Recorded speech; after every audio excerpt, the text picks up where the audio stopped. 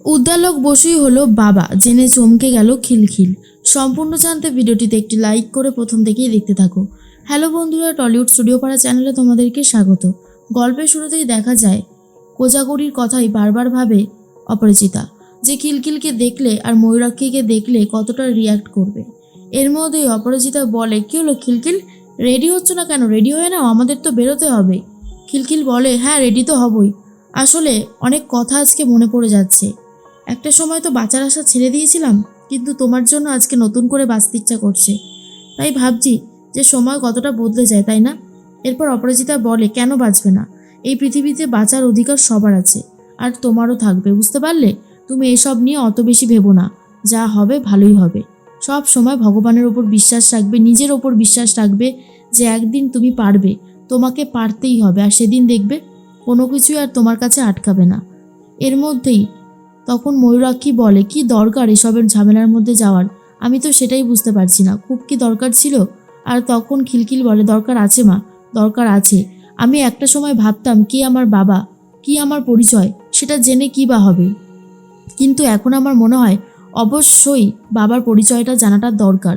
যেই মানুষটার জন্য আজকে আমি এই পৃথিবীতে এসেছি, সেই মানুষটাকে আমি জানতে চাইবো না? এটা কখনো হতে পারে? জানো তো মাসি, গ্রামে বেরোলেই সবাই আমার দিকে এমনভাবে তাকায় যেন আমি এই পৃথিবীতে এসে অনেক বড় ভুল করেছি। আমি আর সেগুলো মেনে নিতে পারি না, খুব কষ্ট হয়। তবু ওই সমস্ত যত এড়িয়ে চলতে পারি, কিন্তু একটা সময় গিয়ে খুব আপসেট লাগে, মনে হয় সব কিছুই যেন কেমন করে শেষ হয়ে যাচ্ছে, আমি চাইলেও হয়তো কিছু করতে পারছি না। আর তখন এ সমস্ত শোনার পর অপরাজিতা বলে, একদিন দেখবে সব ঠিক হয়ে যাবে, ভগবান অবশ্যই তোমাকে সাহায্য করবে। তুমি এত কষ্ট করেছো, মার পাশে দাঁড়িয়েছো, লড়াই করেছো, সেই সমস্ত কিছু মিথ্যে হতে পারে না, আর মিথ্যে হবেও না। আমি জানি তুমি পারবে, তোমাকে যে পারতেই হবে। তখনই কোজাগরি কথা মনে পড়ে যায় এই অপরাজিতার। আসলে কোজাগরির মুখটা বারবার ভেসে ওঠে, কারণ যখন এত বড় সত্যিটা জানতে পারবে তখন অনেক বড় আঘাত পাবে, সেই জন্যই আরও বেশি বেশি করে ভাবনা। অন্যদিকে উদ্দালক বসু বাড়িতে আসে, আর তখনই কোকো বলে, বাবা আমাকে একটু মায়ের কাছে নিয়ে চলো না, আমার মায়ের জন্য না মনটা খুব কেমন যেন হচ্ছে, অনেক দিন দেখি না মাকে। তখন উদ্দালক বসু বলে, এখন সেটা সম্ভবই না, ওখানে প্রচণ্ড নিয়মকানুন, আর সেটা মানতেই হয়, না মানলে কোনোভাবেই হবে না। আর ঠিক তখন এরপর কোকো বলে, আচ্ছা তুমি চাও না বলো তো তোতা, যে কাকিমা একটা ভালো জায়গায় থেকে সব কিছু শিখুক মন দিয়ে? তুমি যদি এখন কাকিমার কাছে যাও তাহলে কাকিমার মনটাও তো কেমন লাগবে বাড়িতে আসার জন্য, তার থেকে বরং পরে যেও।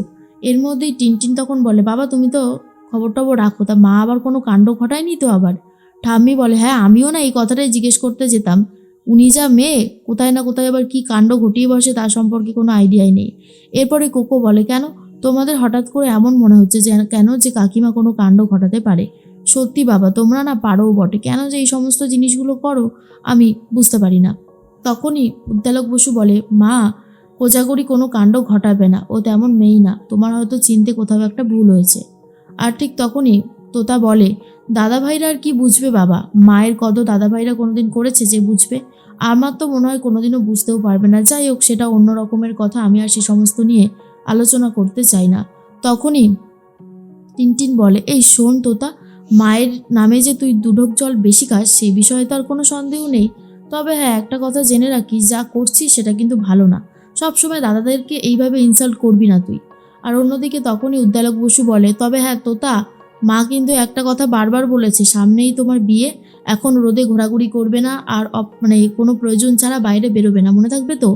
আর ঠিক তখন তোতা বলে, কেন বলো তো বাবা, আমার রং কি কালো হয়ে যাবে? আর যদি হয়ও বা, তাতে আর কি যায় আসে, রূপ আমাকে তেমনই বিয়ে করবে, ও তো আমাকে ভালোবাসে, আমার রূপ দেখে তো নয়, আমার মন দেখেও ভালোবেসেছে, সেটাই তো বড় কথা, মানুষের রূপ তো কয়েকদিনের সঙ্গী, তারপর তো বয়স হয়ে যাবে।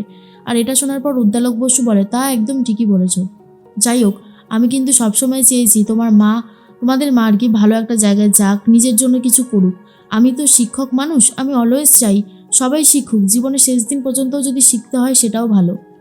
আর এই যে মানুষটা কোজাগরি, যে এত সুন্দর সুন্দর রান্না করে, এরকম একটা ট্রেনিং পেলে তো আমাদেরই ভালো, তাই না টিনটিন? এরপর আমাদেরকে ভালো ভালো রান্না করে খাওয়াবে, রসনাতে তৃপ্তি হয়ে যাবে পুরো।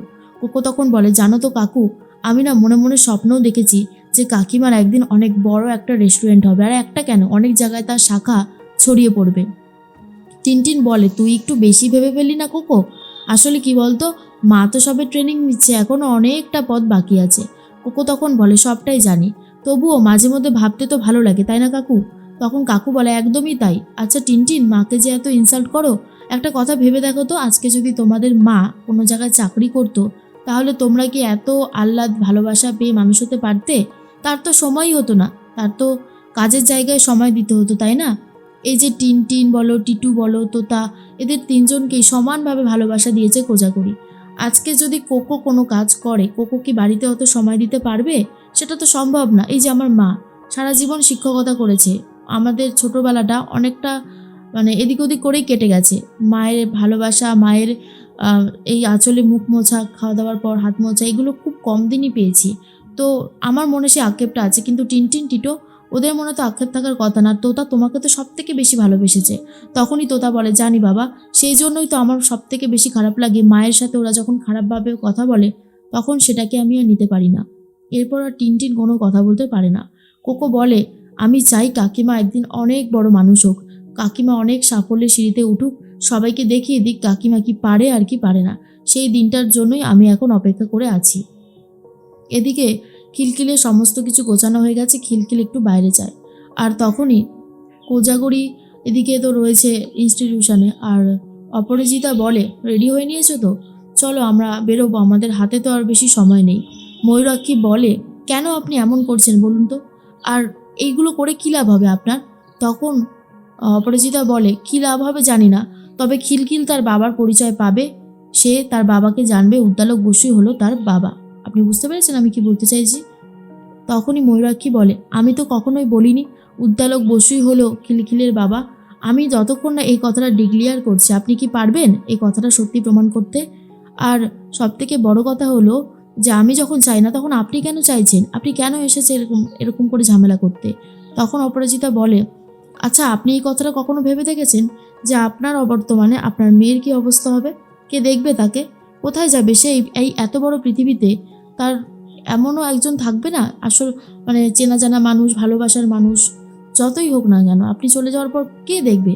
তখনই ময়ূরাক্ষী কান্নায় ভেঙে পড়ে আর বলে, এই কথাটা আমি অনেকবার ভাবি, আর যতবারই ভাবি গাটা শিরশির করে ওঠে। সত্যি আমি জানি না কি হবে। তখন অপরাজিতা ভরসা দেয় আর বলে, আপনি বলুন ময়ূরাক্ষী, কী হয়েছিল উদ্দালক বসুর সাথে? কেন আপনি উদ্দালক বসুর সাথে সম্পর্কটা শেষ পর্যন্ত রাখতে পারলেন না? তখন অপরাজিতার কথা শুনে ময়ূরাক্ষী বলে, জানেন তো, উদ্দালক বসুর সাথে আমার আংটি বদলও হয়েছিল।